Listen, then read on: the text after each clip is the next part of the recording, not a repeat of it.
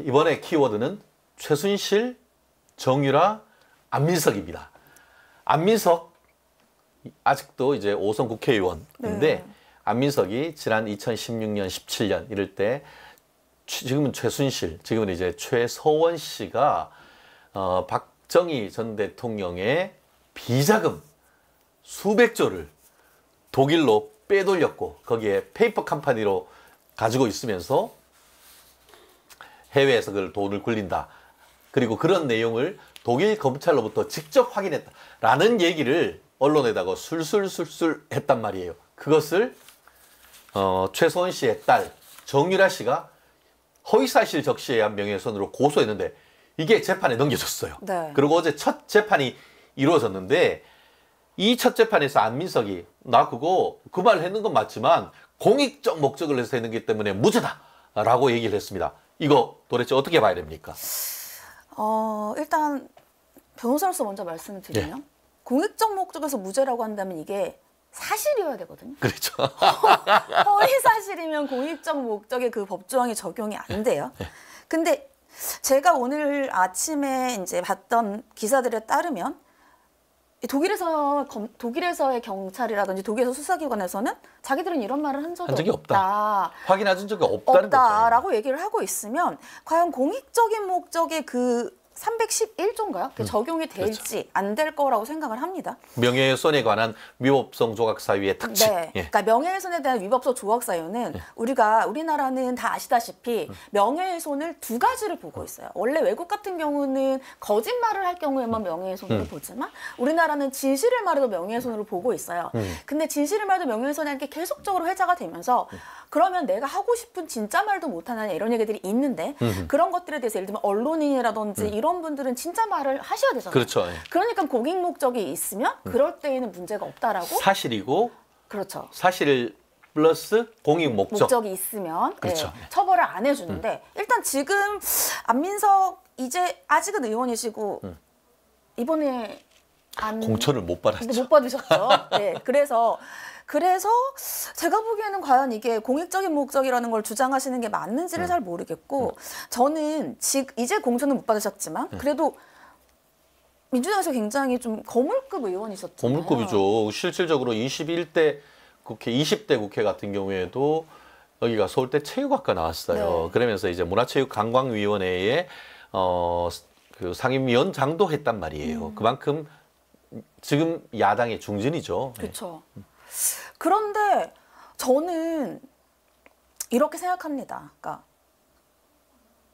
우리 시청자분들께서는 동의하지 않을 수 있을지 모르지만 저는 우리나라 의원들이 굉장히 훌륭하신 분들이라고 생각을 해요. 아니, 저는 그러니까 우리의 대표가 됐겠죠. 네. 그렇다면 본인이 대표가 되겠다고 나왔고 선출이 됐고 거기에 대한 것들을 국민이 인정을 해줬다면 좀 책임감이 있어야 되지 않을까. 그렇죠. 무책임하죠, 한마디로. 이게 그냥 최소원 씨 얘기만 이렇게 한 게 아니라 기억나요? 윤지호 씨. 윤지호.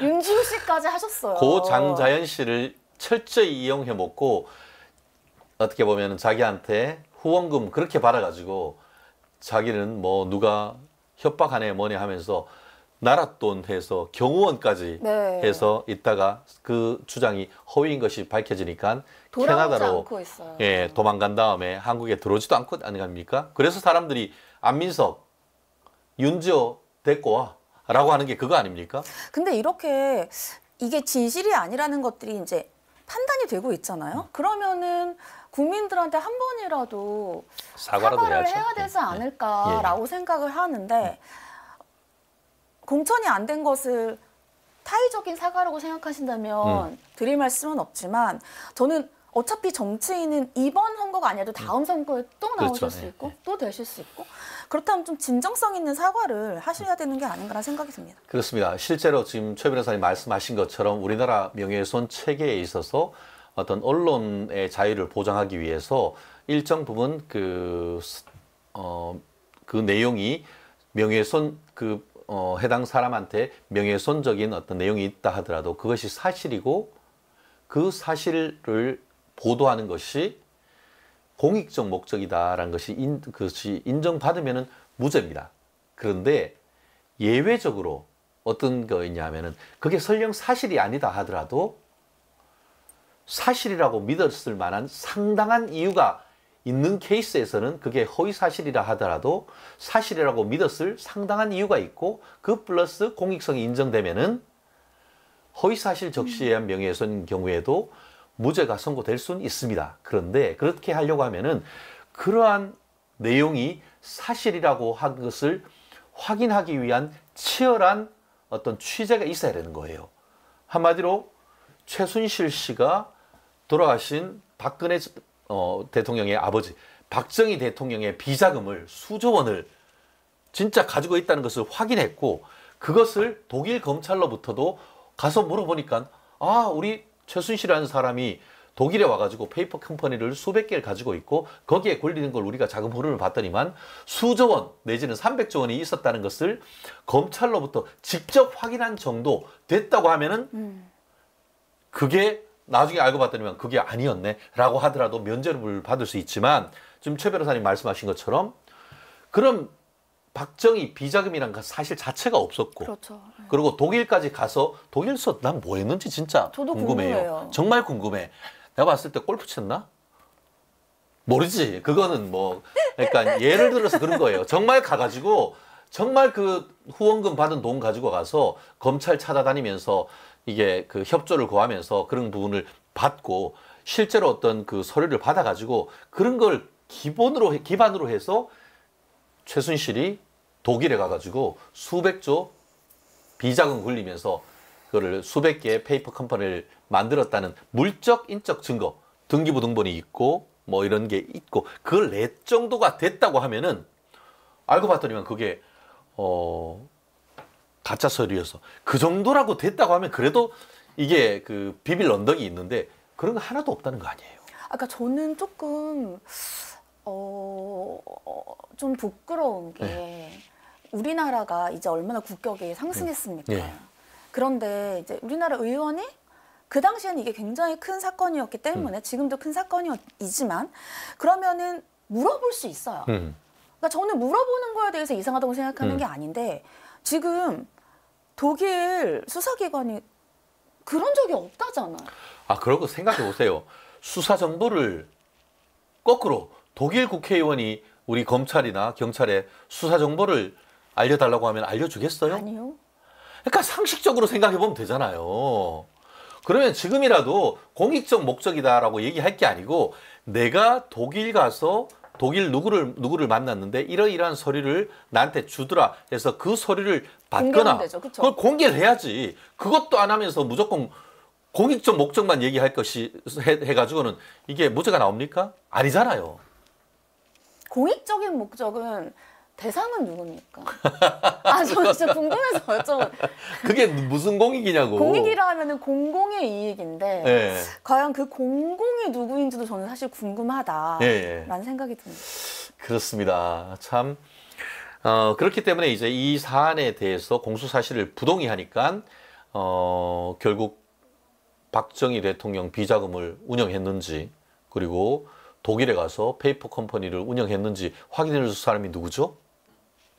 최순실 씨죠. 그래서 검찰이 어제 지금 뭐 징역을 살고 있는 최서원 씨를 증인으로 신청을 했다고 합니다.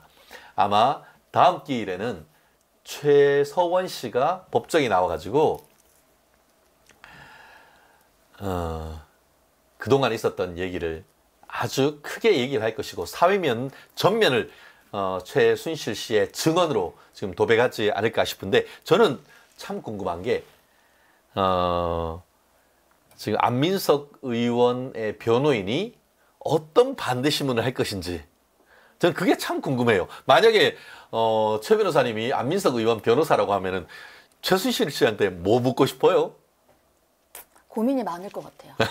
왜냐하면 잘못 물으면 오히려 최서원 씨가 더 말을 많이 할 거기 그렇지. 때문에 제 생각에는 저는 약간 생각이 달랐거든요. 저는 검찰의 신문이 굉장히 궁금하고 현재는 저는 안민석 의원의 변호사 같은 경우는 최대한 짧게 짧게, 네, 최대한 짧게 하는 게 전략이지 않을까. 전략이지 않을까. 예. 사실 할 말이 없지. 잘못했다가 왜냐하면 최소원 씨도 벼르고 나오시는 그렇죠. 거예요. 예, 예. 거기에서 만약에 잘못된 얘기를 한다 했을 때 변호사가 그만해달라고 하더라도 법정에서 그거를 그렇죠. 계속 예, 제지할 수 하세요 없으니까. 하면은 예, 예. 그거를 계속 말하는 거기 때문에 오히려 최소원 씨가 말을 많이 할수록 안민석 의원이라든지 안민석 의원의 변호사 입장에서는 더 나빠지기 때문에 최대한 짧게 하는 게 전략이지 않을까 싶습니다. 그렇습니다. 결국 할 말이 없는 거죠. 사실 변호사가 할 것은 최순실 씨 말을 반박하기보다 안민석한테 야, 당신 독일 가서 뭐 했어? 그거 물어야 되는 거 아닙니까? 그래서 그때 변호사 했던 그거 물으면 안 되죠. 아니 내부적으로 상담할 내부적으로 상담할 때 그렇기 때문에 아마 피고인 신문은 할지 모르겠어요. 변호사로서 안민석의 어떤 그 변명을 할 수 있는 기회로서 피고인 신문 저는 좀 피고인 신문 그리고 최후 안민석 의원의 최후 법정 진술을 좀 듣고 싶은데 정말 사실이 아니다라고 한다고 하면은 최 변호사님 말씀처럼 국민 앞에 사과하고 그게 내가 사실과는 다르게 얘기했지만 그 당시에 촛불이나 이런 상황 속에서 제가 부득이 쇼했습니다 라고 하면서 선처를 구하는 그렇게 한다고 하면은 그래도 선처가 될까? 그러니까 이게 참 그러니까 연예인과 정치인의 그런 거는 비슷한 것 같아요. 네. 그러니까 계속해서 관심을 받아야 언론에 노출이 되고 그렇죠. 예. 언론에 노출이 돼야지 유명해지고 그렇죠. 유명해져야 해줘야 재선의 가능성이 높아지는 그렇죠. 거겠죠. 그래서 그런 것 때문에 어쩔 수 없었다고 차라리 솔직히 예, 얘기하면 그렇게, 예. 그러면은 지지자들은 이해를 할 수 있겠죠. 근데 이제 와가지고 아닌데 계속 이렇게 나는 잘 모르겠다라고 얘기를 하는 게 맞는 건지. 결국 지난 탄핵 과정에서 박근혜 전 대통령을 탄핵시키는 상당히 중요한 역할을 안민석 의원이 했고 마치 안민석은 탄핵 사태의 홍위병 같은 얘기를 했단 말이에요. 그러면서 최서원 씨를 악마화했고 근데 알고 봤더니만 그게 다 뻥이야. 그렇게 되면은 이거는 그래서 사기 탄핵이라는 얘기가 사실 나오는 것 아니겠습니까? 물론 뭐 헌법재판소에서 최종적인 판단을 했기 때문에 그 판단은 존중을 해야 됩니다만 우리가 이 시간에 또 안민석 의원의 명예훼손건에 대해서 얘기하는 정치적 맥락은 탄핵이라고 하는 이런 사태 속에서 상당히 많은 혹세무민의 거짓말을 국민들이 믿고 그것을 통해 가지고 최서원 씨가 박근혜 전 대통령 뒤에서 조종을 했는 듯한 그런 것이 굉장히 큰 어떤 그 탄핵의 빌미가 됐다라는 점에서 이 부분에 대한 하나하나 진실을 밝혀간다는 그런 어떤 역사적 맥락이 있는 사건이기 때문에 저희가 이 사건을 다루는 것 같습니다. 물론 아직까지 지금까지는 드러나지 않았지만 또 다음 재판에 안민석이 여기 있다라고 나올 수도 있어요. 그럴 가능성이 저는 제로로 봅니다만. 이미 있었으면 이미 얘기했겠죠. 그렇죠. 네. 그렇게 기소도 안 됐겠죠. 그렇기 때문에 이런 부분에 있어서는 정직이 최선의 정책이다. 우리 안민석 의원님께 꼭 전해드리고 싶습니다.